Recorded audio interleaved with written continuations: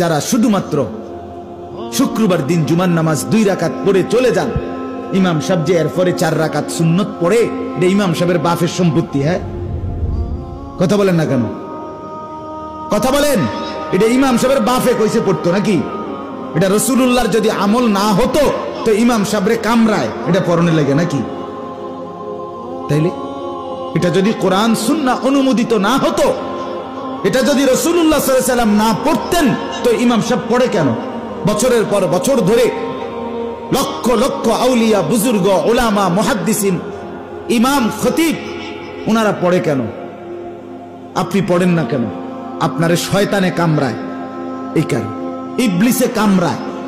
আরেকটা হলো এবারটা মূলত আইসেই 2 রাকাত নামাজ পড়তো মানুষের দেখানোর লাগে, গ্রামবাসী নইলে কইবা তুই তো আবু জাহেলের তুনো খারাপ, তুই তো কদ্দুর শুক্রবারও পশ্চিম দিকে আসার খাস না, তোর মতো অজাতের লগে তো কোরবানিও দেওয়া যেত না, তোরে তো মুসলমানের গোরস্থানেও দাফন করন যাইতো না। এই শরমে এবারটা গুন্না 2 রাকাত নামাজ পড়ে, আগেও কিছু নাই পরেও কিছু নাই। 2 রাকাত পড়তের ভিতরেও গরিব দিকে চাইছে মনে 18 বার, কারণ দুয়ারের থেকে ইবলিস তারে ডাকতেছে, আরে কিরে তুই 20টা মিনিট হইয়া গেল মসজিদে বইয়া রইছ, হ্যাঁ ভাইরাস তা কেন? মোবাইল টিপবি কোন সময়? বন খাবি কখন? বিড়ি খাবি কখন? সেই কোন সময় 12:30 বাজে বিড়ি খাইছ, বাজ্যা গেছে 1:30 1:40, দেখি শরীর নি, বুঝেন না? অনেক দেরি হয়ে গেছে না বিড়ি খানা, টেলিভিশন দেখাটা অনেক দেরি হয়ে গেছে না?